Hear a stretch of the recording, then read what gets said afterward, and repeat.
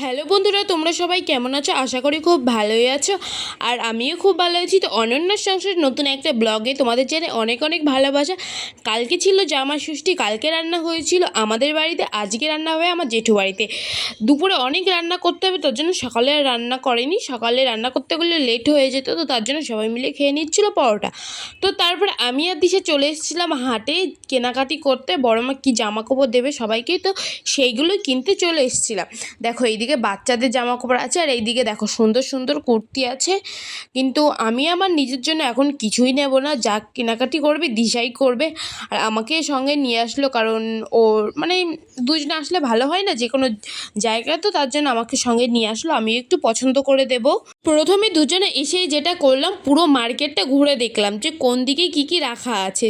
তো এই দিকটায় রাখা আছে সুতির শাড়ি, তারপরে বিছানার চাদর, আর সামনের দিকটা ছিল হচ্ছে ব্যাগ, তারপরে জুতো, আরও অনেক ধরনের অনেক কিছুই ছিল, ক্লিপ ফিলিপ সাজার। কিন্তু বাইরের দিকটা এখন যাব না, কারণ ভিতরের কেনাকাটি করে তো বাইরের দিকটা একটু যাওয়ার সময় হালকা করে ঘুরে যাব। আর এখন দিশা বেশিরভাগ জিনিসই ওর মেয়ের জন্য দেখে, নিজের জন্য তেমন একটা কেনাকাটি করে না। দেখো এসেই সবার প্রথমে ওর মেয়ের জন্য ড্রেস দেখতে শুরু করে দিয়েছে, কিন্তু ওর পছন্দ হলো না। তো তার জন্য আমরা সামনের দিকে এগিয়ে গেলাম, আর সামনের দিকে দেখো শাড়ির কালেকশানগুলো দেখো, কত সুন্দর সুন্দর শাড়ি ছিল, পুরো চোখ ধাঁধিয়ে যাওয়ার মতন শাড়ি ছিল।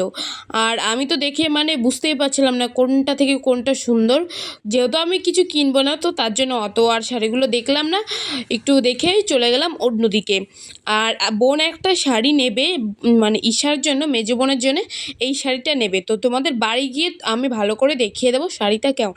আর এইখানে দেখো আরও অনেক ধরনেরই শাড়ি ছিল, কিন্তু ও একটু নতুন বিয়ে হয়েছে, তো তার জন্য ওর জন্য একটু লাল রঙের শাড়িটাই নিল। তো সব কেনাকাটি কমপ্লিট, বাড়ি গিয়ে দেখাবো যে তোমাদের কী কী কেনাকাটি করেছে। আর যাওয়ার সময় দেখো ও আবার দেখছিল জুতো, আর ওর সঙ্গে মার্কেটে আসলে এতটা লেট হয় তোমাদের কি বলবো। আর এই গরমের সময় আমি তো পুরো সেদ্ধই হয়ে গেছি। এইসব মার্কেটে কি বলো তো, এইসব মার্কেট থেকে তুমি জামা কাপড় নিতে পারো, কিন্তু জুতো নিয়ে লস। কারণ জুতোর যে আঠাগুলো থাকে না, সেগুলো একদমই ভালো হয় না, কিছুদিন পরতে না পরতে তোমার নষ্ট হয়ে যাবে, ছিঁড়ে যাবে।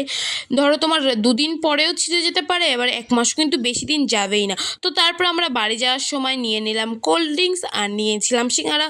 তো খেতে খেতে চলে যাচ্ছিলাম বাড়ি, আর বাড়ি এসে তোমাদের দেখিয়ে দিই কী কী নিয়ে হয়েছে। তো এই শার্টটা নিয়েছে বোন, হচ্ছে বোনের দেওরের জন্য। আর এই শার্টটা নিয়েছে হচ্ছে আমার বরের জন্য।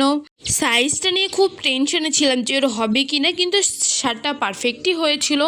আমি মনে মনে ভাবছিলাম হয়তো ছোট হবে। আর এই শার্টটা নিয়েছিল, কার জন্য কোন শার্ট নিয়েছিল আমার মনে নেই। এই শার্টটা যত সম্ভব মনে হয় আমার দাদার জন্য নিয়েছিল, পিসির ছেলে। আর এই শার্টটা মনে হয় যে আমার মেজো বোনের বর, তো তার জন্য নিয়েছিল।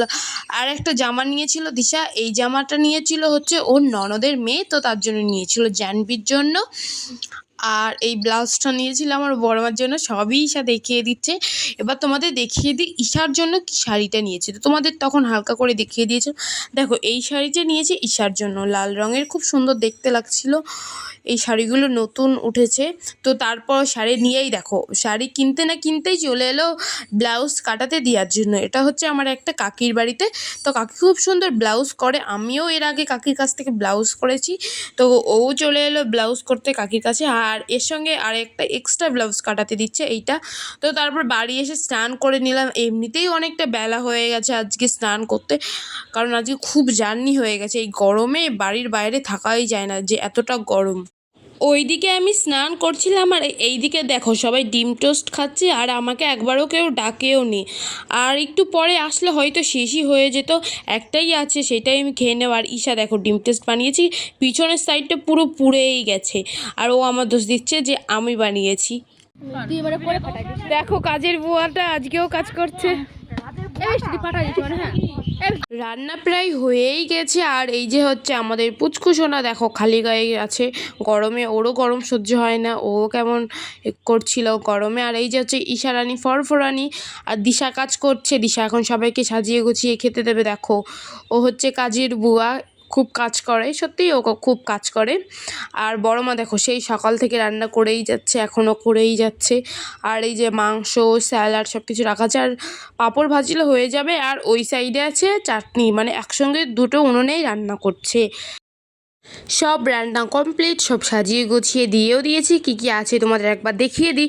দেখো সাদা ভাত, পাঁপড়, পটল ভাজা, লঙ্কা ভাজা, লেবু, স্যালাড, আছে ডাল, মাছের ঝোল, আছে খাসির মাংস, আর আছে চাটনি, মিষ্টি, দই, আর আছে আম, কলা, জল, কোল্ড ড্রিঙ্কস সব কিছুই আছে।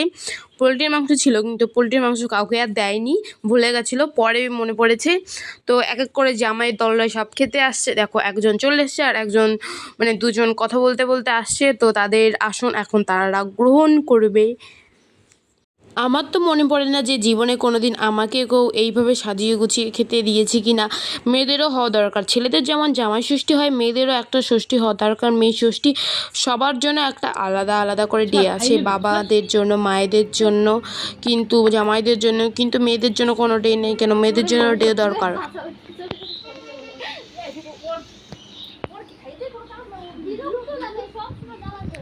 আজকে এসেছিল ঈশার শ্বশুরবাড়ির লোকজন। এটা হচ্ছে ঈশার দেওর, আর আমাদের পুচকুকে তো তোমরা আগে থেকেই দেখেছো। আর এটা হচ্ছে ঈশার কাকি শাশুড়ি, এটা হচ্ছে ঈশার ননদ, এটা হচ্ছে ঈশার কি হয় জানি না, ভাইটা হেসে দিল। আমি বললাম ভাই তুই কি হাসিস না বলতে। আর এটা হচ্ছে ঈশার শাশুড়ি, পিছন থেকেই তোমরা দেখো।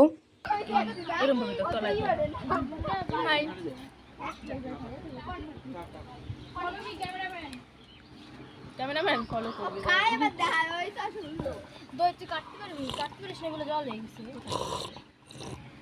অনেকে পারে না।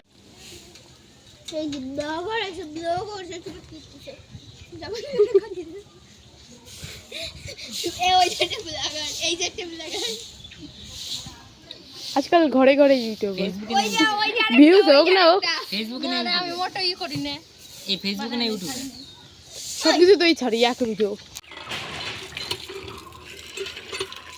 দুই দোস্ত একসঙ্গে বাসন মাজছে।